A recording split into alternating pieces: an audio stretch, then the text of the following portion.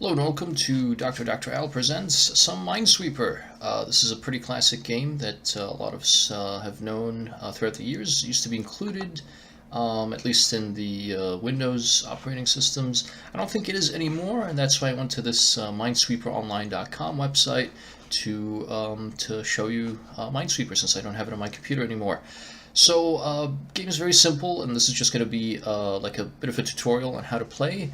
So basically you have all of these tiles, let's say, and when you click on one, as I just did, what it will do is tell you how many mines are next to the tile that you clicked on. Now, the tile that I clicked on didn't have any mines in the 8 adjacent squares, so what that will do is those squares will automatically get clicked on, essentially. And that will keep happening until you get to squares that are adjacent to at least one mine. And so that's what the number is for. If there's a number 1, that means there is one mine in one of the directions adjacent to that square. It could be to the left, to the right, up and down, or any of the diagonals. And then I think the easiest thing to do is to then just mark with the right mouse button where you think there is a mine based on the numbers. So this one here, number 1, says that there's one mine adjacent to this, and there's only one square that hasn't been revealed yet, so we know for sure that this is a landmine. Same thing here. This one that we have over here, there's only one square adjacent to it, and so this must be the landmine. And what this will allow us to do now is look at this 2, and this 2 is telling us that there needs to be exactly 2 landmines adjacent to the square. So if we know that these 2 squares have landmines, we know for sure that this is a safe square and does not have a landmine. And so we're able to click on it. And again, it says 2. We already know the 2 landmines, so these 2 squares are free. And so on and so forth. You could, in theory, get up to an 8. If you click on a square that is completely surrounded by landmines, you'd get an 8. Much more commonly, you get 1s, 2s, 3s, and on this, this is the expert game mode, you'll sometimes get 4s and 5s, but 1s, 2s, and 3s are your bread and butter. And once we've done that, then you can fairly easily, go through all of the squares where it's obvious where the landmine is, and just you need to keep doing that until you get to a point where you have to make a guess, where you don't have perfect information where the landmines are, and then you have to make an educated guess based on the information that you have. Excuse me. So I think we're approaching such a situation right now. Right now we know that, for instance, here one of these 2 squares has to have a landmine, because this is a 2, and we have one landmine over here that we know for sure is a landmine. So one of these 2 has to have a landmine, but we also know that one of these 3 has to have a landmine. So by that logic, then this square must be safe, and so we're able to click on it just fine. This 2 here, these 2 landmines have been revealed. If I double click, and by double click I mean I left click and right click at the same time. If I left click and right click at the same time, what that will do is sort of click, toggle all of the remaining squares. And it's sort of a faster way of, instead of individually clicking on these, if you left and right click on this square, as long as there are 2 landmines that are marked, it will check off all of the other squares, so to make things a little bit faster. So now this 3 means that this is a landmine for sure, and since we know these 2 landmines, and this is the number 2, we know that these 2 are safe. So let's keep doing that. This tells us that this is a landmine. This is a landmine as well. So we'll just keep going through here. There's a 4 over here. And we'll keep doing this until we get to a situation where we have to guess, where we don't have all of the information. So this one is telling us that 2 of these 3 squares have a landmine, but we know only one of these 3 has a landmine, so for sure this has to have a landmine, because only one of these 3 squares could have a landmine. And by that logic then, we know that this square is safe, and we can keep clearing the board. So people who play this game, I think they just do so to relax. Once you've played it a few times, By pattern recognition alone, you'll be able to click through and clear out much of the board. And then the fun part comes when you've cleared everything that is obvious, and then you have to rely on luck, to completely solve the puzzle. So I think that's the fun of Minesweepers when you get to that stage. And it's not completely luck, because you might be able to make some educated guesses and try to minimize your risk. And I'll explain that once we get to such a situation, as you usually do. Some people also like to play for maximum speed. I think that a really good target to shoot for when you're just starting off is trying to finish one of these expert levels in under 100 seconds. And some of the people who are really good can do so in even much faster than that.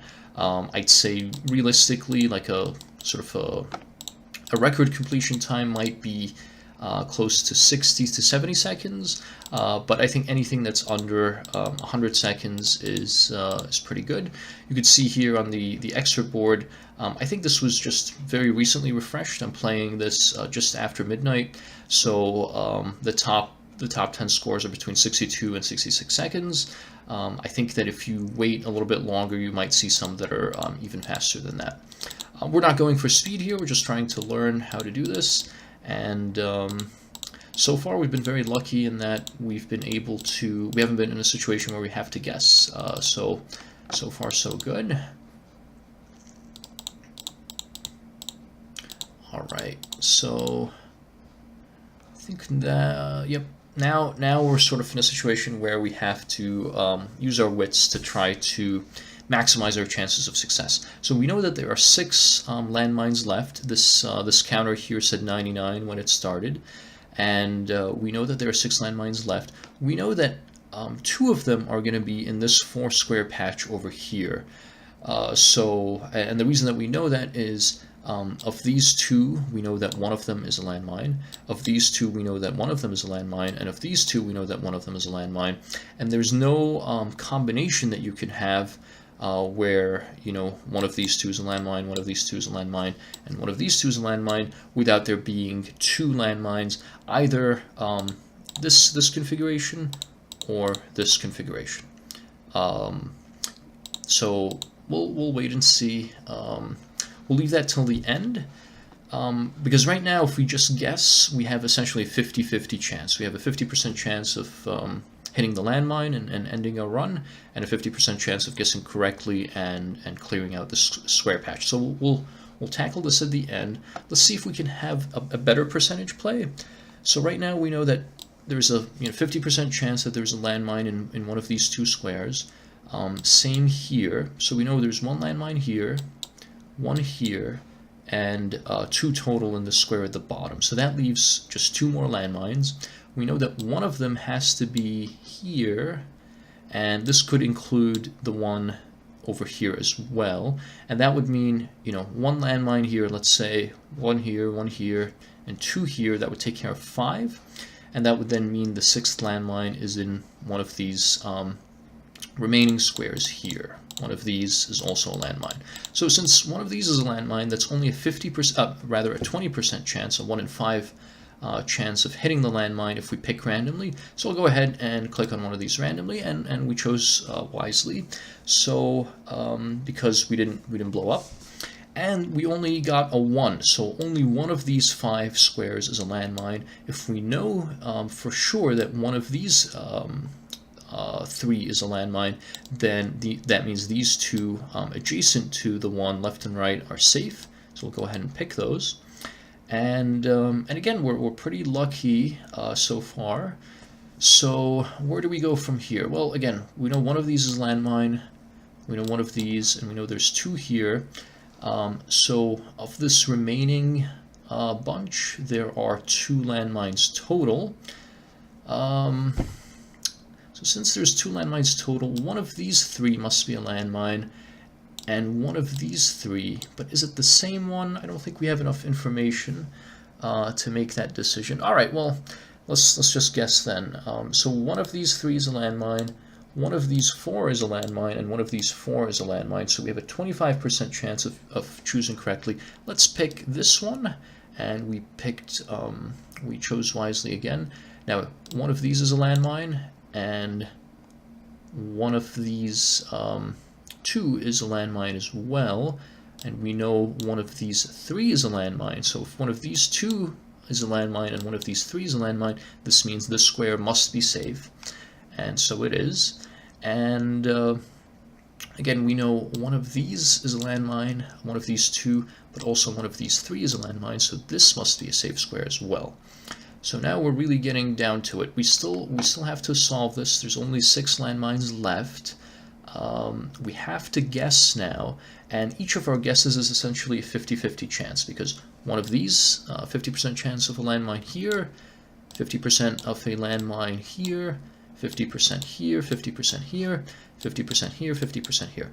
So whatever we do, you know, now it's 50-50.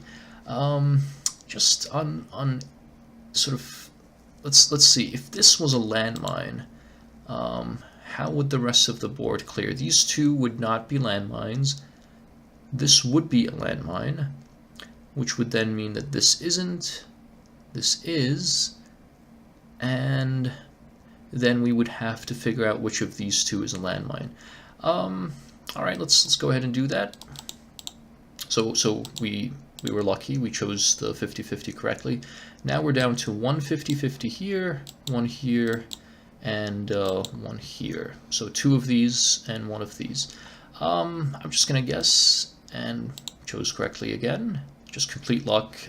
Could have just as easily have been this being the landmine where the 5 is, and this being a safe square, but it wasn't. And now it's really, I mean, even though it's 50-50, it's really down to one guess, because there's either this combination where these 2 are safe, or this combination.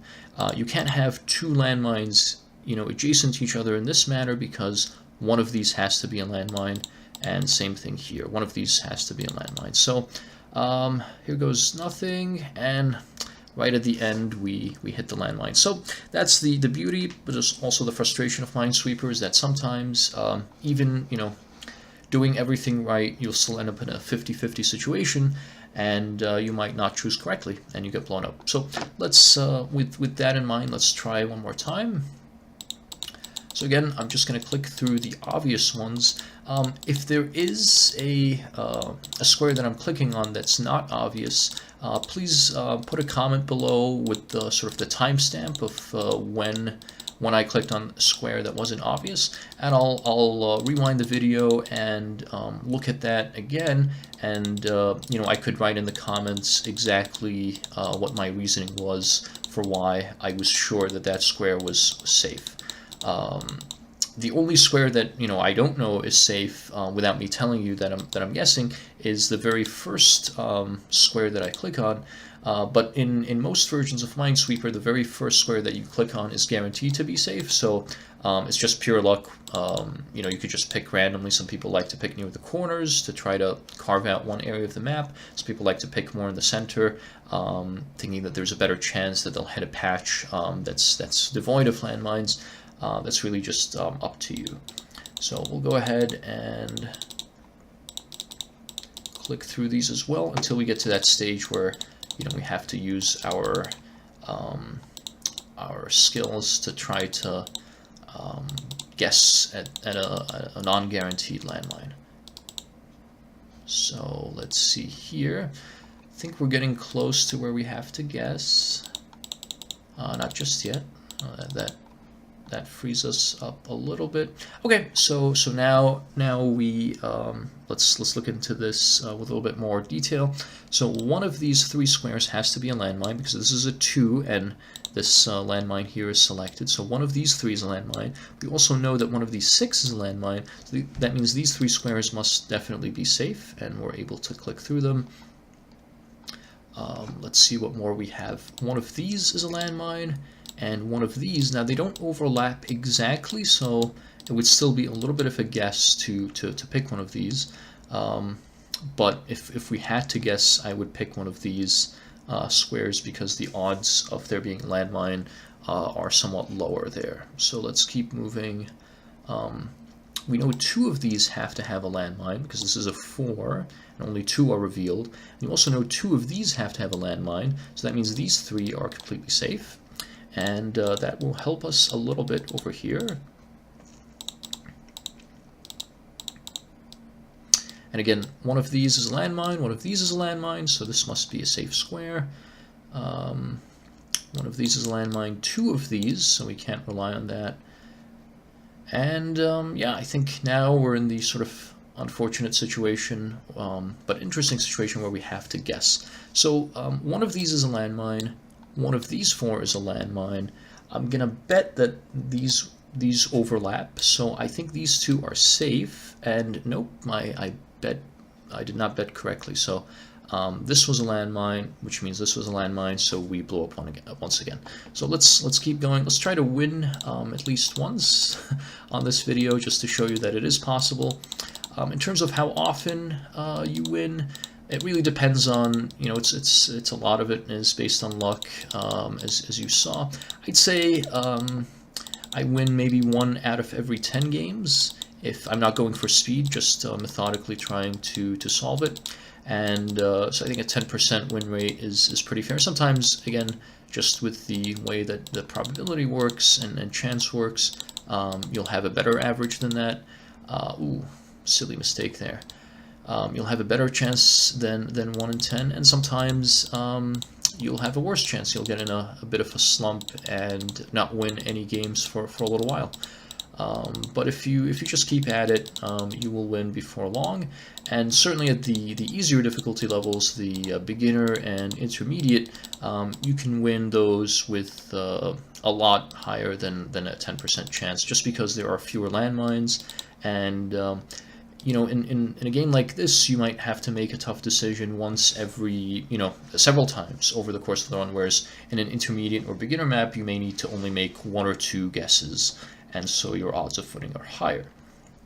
So we know one of these is a landmine, and we know 4 of these are landmines, so we know that these 3 must be landmines. Not as useful because we can't, you know, trigger any new squares, but at least we'll know to avoid these 3.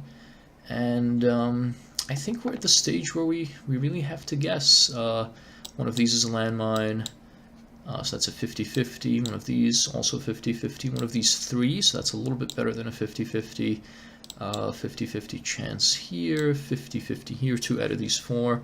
So let's see if we really are at that stage where we have to guess.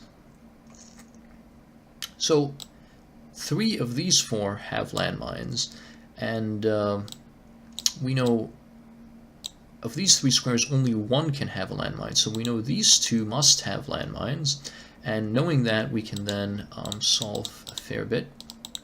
And that's always very satisfying when you know, you do something simple like that, and that gives you a little bit of a thread that allows you to perhaps solve quite a bit more. Just with that one correct decision, you open up so much more of the board. So let's keep going here. All right, that corner is completed.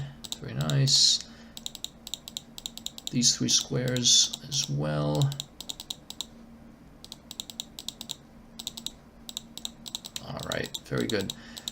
So right now we still have quite a few guaranteed safe squares, so I'll just go ahead and click through those. If we get any that are interesting, I will pause briefly to point them out. So we did get a 6 here, which is, again, not rare, but certainly less common. And so we know 2 of these 3 have to be landmines, but we'll have to solve a little bit more to know which 2 of those 3 with certainty hold the landmines. And just a little bit more cleaning up before we have to start guessing again. So 2 of these 3, 2 of these 3, 1 of these 3, 2 and 1, 2 and 1 guarantees this to be a landmine, but that doesn't quite solve it for us right now, but that's okay. 1 of these 3, 1 of these 2, and 2 of these 5, so nothing. Well, actually, this is guaranteed to be safe because one of these two is a landmine and one of these three is a landmine, so this one must be safe. Let's see if that, helps us out more. Nope, we're in a 50-50 situation as well, although we do know that two of these four have to have landmines, and, well, no, only one of them is here, which means only one of these two is a landmine, and so we can't really say anything else about the rest there. All right, we'll leave that be for now. Let's look on this side. So we know one of these two holds a landmine, and one of these three holds a landmine, so this must be safe. And one of these two has a landmine, and one of these five rather has a landmine. So these three are safe. And again, for same reason, these two and these three, so this is safe. And these two and these three, so this is safe. And these two and these four, so these two are safe. So now we're able to mark these as landmines, and we can clean up a little bit more. Alright, so this area is cleared. We're just really down to this lower right patch. There are 9 landmines left, so we just have to get through those last 9 and we can win. Let's see, one of these two should have a landmine. One of these two, one of these three, so that means this is safe.